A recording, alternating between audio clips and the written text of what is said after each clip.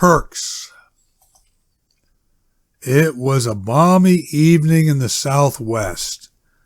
15 degrees warmer than Manhattan Beach this time of year. No marine layer in play, and the desert fragrances were pungent.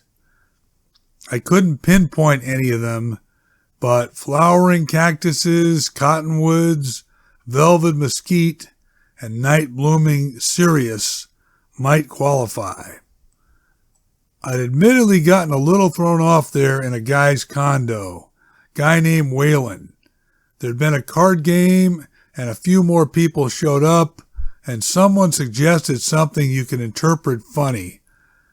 And it was fine now, but rather than go home, I figured might as well check the pool area, pick up a loose Time magazine, whatever. You could make out a few figures lounging around the main pool, a couple of yellowish lights on at this hour, and this had been the case another time I was up late. You had these clusters of older folks who couldn't sleep. Tonight, one of them was Lucy from pickleball, and she looked absorbed in a book, and I thought, gee, should I bother her? But you could at least say hi. Well, you're a night owl, she said, closing the book. Same perky smile as from the courts. I took it as a signal to sit down for a minute, and I said, I used to live in L.A. You could leave your windows open full time, no bugs like you get in most of California. You can here usually as well, she said. What I'm getting to, the ocean air makes a difference, everyone says. But I didn't sleep great out there either. Well, how old are you, she said, and gee, was that factoring into it already in people's view? I reminded myself to stop complaining this gal probably had 40 years on me, and look at her going strong. 33, but not important. All's I was getting at. It's nice to give you an alternative around here, should you require it. I frequently sit until the wee hours, she said. Have you utilized the library? I had been to the one in town. It was new and nice, but she meant the in-house deal in the main complex behind the restaurant. Once, I said, too many James Pattersons. Lucy laughed. I like more edge to my crime thrillers too, but the price is right and you never know what someone may donate. This was true. It was the honor system, plus the dang room was open 24 hours with real comfy club chairs and good lighting. Lots of perks in this place. I said, I'm going to bore you, but I'm kind of trying to write one of those myself. Really, leaning forward a bit. Please tell me about your novel. I might. First, I always like to get a backstory off people. How'd you and your friend end up here? Meaning the gal you typically see her with. I don't want to misspeak for Gertrude, Lucy said, but in my case, it was my kids. They forced me. They thought I was isolated. I didn't feel I was, but they won out. Faye's in New Jersey, but Richard lives in Phoenix. In the ballpark then. They're right. Better to be closer. This was 2 years ago. It was an adjustment. I'm still not completely on board, but one must go with the flow. I said, I was either telling someone or thinking it to myself.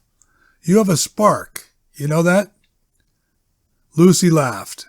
How did you enjoy your pickleball friends? You had some good rallies out there.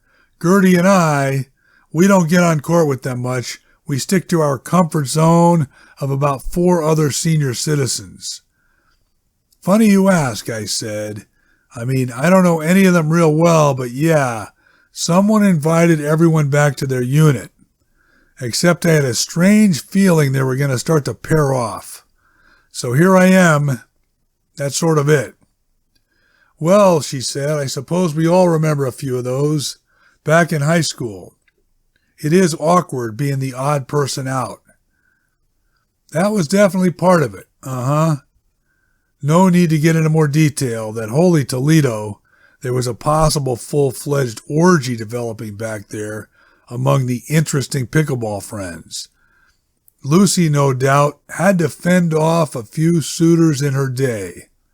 You could tell she took care of herself and kept it natural, let the sun do its thing, little or no cosmetic intervention. Anyways, I said, fine, the novel. And you don't understand what a generous assessment that is, calling it that. The whole thing, it's part of a class. Or was. What does was mean? She said. I wasn't sure myself. My understanding was the instructor back in Manhattan Beach, Finch, suggested taking a week off following some fireworks. Not sure if it fell apart after that. I hadn't checked in. I said, it was contentious. We were coming from different directions, contrary life experiences. But it got you going? The course? I'll give it that. What mine was evolving into, and hopefully still might. You sure you want to hear this? When I summarized it in that class, that last class, people shifted around, scratched their shoulders, and essentially waited for the other person to say something. Go ahead. If it's boring, I might fall asleep right here in this chaise lounge, which is fine too. She gave me a playful wink. I said, all right, I've got a guy, he gets a terminal disease. How old is he? Old. I mean, not ancient or anything, but a retired type guy compared to someone like me. You're not retired?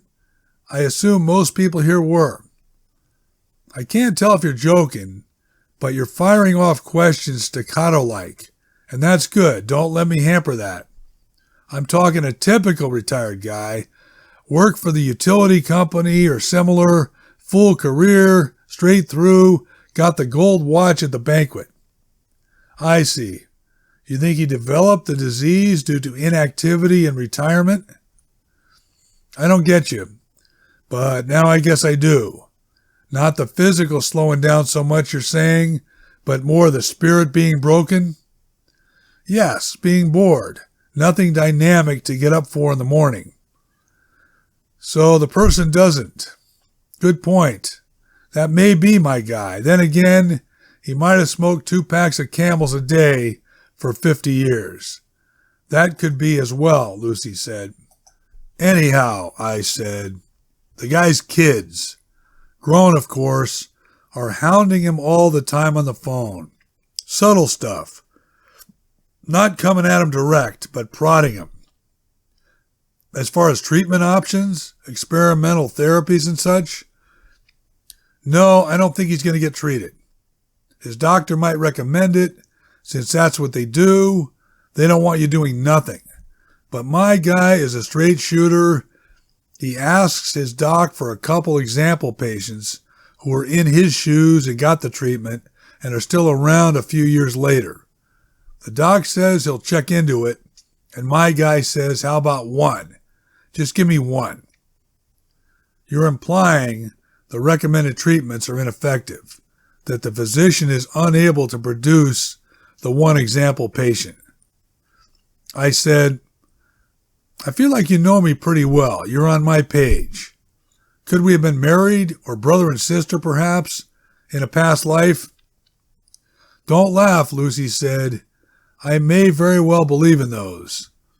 I never did, I said, but then on late night radio, when you can't sleep like now, various guests get you thinking. One thing they agree on, if there is such a force, people travel in the same packs, in and out of lifetimes. I've heard that theory too. Meaning, if you were my wife, I was destined to run into you in this life at some juncture, and in the next one I might be a woman and you could be my son or next door neighbor or barber. But I'm overdoing it. Possibly. So your character does what regarding his grown children? Yeah, so no, they've given up hounding him on the treatment options. He's a stubborn son of a bitch, And a logical one too, since the doctor came up short.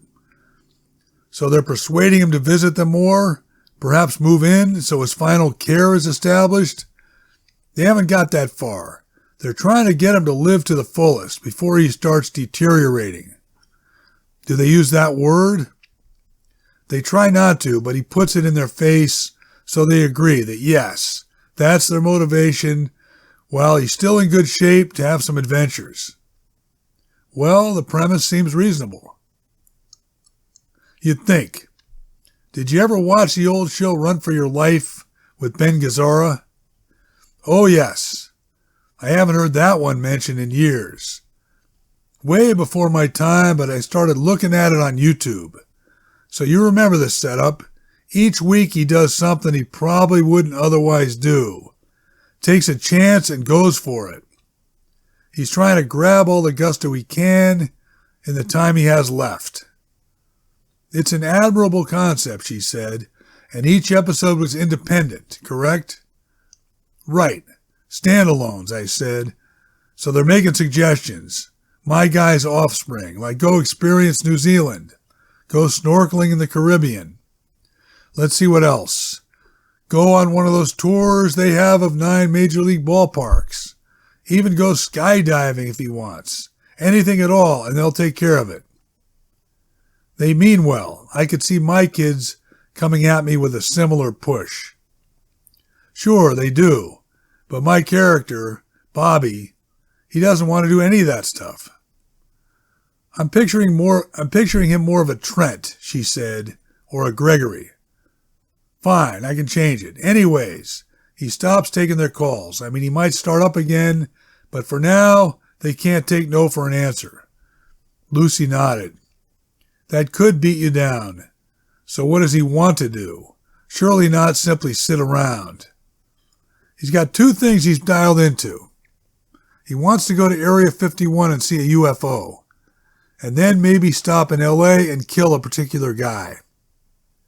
Golly. Those are his words, not mine. So he starts calling ex-wives. And he has 4 of them. Number 3, June, who he was least close to, and not the mother of his kids. That was number 2, who politely tells him get lost. But June's the most interested in helping him. June still has feelings for him? Or is it out of compassion? Good question. Not sure he knows. But he's in Reno when he calls her, and she says give her 24 hours to get organized. She's up in Oregon, and she warns him she's gained back some of the weight she lost last time he saw her. But she's a good trooper, and she shows up like she says. Then what? Then I don't know. Dang. You need me to write the whole thing ahead of time? I'm sorry, I didn't mean that. I'm kidding. Geez. I think what's going to happen, they go searching for the UFO, and meanwhile they reconnect. Not lovey-dovey, but they can talk shit out, and there's a comfort in that. At some point he mentions his plan B. Committing the crime. Uh-huh. Mind you, in his view, he's settling an old score. It's not going to be like some random homicide. What kind of old score? Not sure. First I was thinking some guy threw him out of a video store once when he was questioning an extra charge on a movie he was returning. But that seemed a little weak, even though the guy manhandled him and really did toss him out of there. You need something better, Lucy agreed. So I came up with a guy beat him up in junior high. My character tries to let it go, though it eats at him occasionally. Then 10 years later, he's working the county fair, parking cars, and the other guy happens to be also. And my guy brings it up, and the other guy remembers and tells him he'd do it again too. Finally, he sees the guy at a 30th high school reunion, and that guy remembers it again and starts telling his wife about it, laughing. No, Lucy said. Right, I said, not enough. I think I'm going to go with him zeroing in on the subhuman who stiffed his brother out of $169,000 and has gotten away with it la-di-da for several decades. Lucy thought about it. That's better. As a reader, I'd be more apt to buy in. Thanks. I mean, it could still change, but that's the ballpark. So what does June say? Well, they're in this roadside cafe in Rachel, Nevada, in the vicinity of Area 51. In fact, Bobby has been telling her to watch for UFOs as they've been driving because he can't, since there are warning signs for cattle in the road. Bottom line, she processes it, where he's going in his head, and suggests they drive to Nova Scotia first. Long way, and you typically take the ferry to get there, I believe. That's it. Or they'll have to go around, up through Newfoundland. Weather can be a factor. Slow you down quite a bit. So, he agrees, and then passes away on the road? Wow, that's pretty brutal. Hadn't thought of that. Could be, though. What was your ending then? He still acts on settling the old score?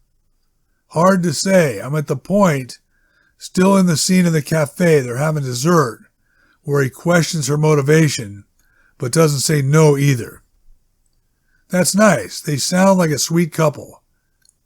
Remains to be seen, but hey, you're a heck of a good sport. Not only did you not fall asleep from the boredom, you may have jump-started my plot line in more than one spot. Lucy took a minute. I saw one of those myself, she said, hovering over a silver mine in New Mexico. There was a serious tone to it, and I didn't say anything. With my dad, she said, her voice cracking just a bit. I was 4. I waited in case there was a punchline, and there wasn't. And I took her hand, and she was good with it, and we sat there. I thought of a story I was going to tell her earlier, but hadn't. We're heading home from a picnic. I helped a guy who only had one leg, and more than once the guy called himself the odd man out. You weren't going to tell Lucy that now, but tonight reminded me of it.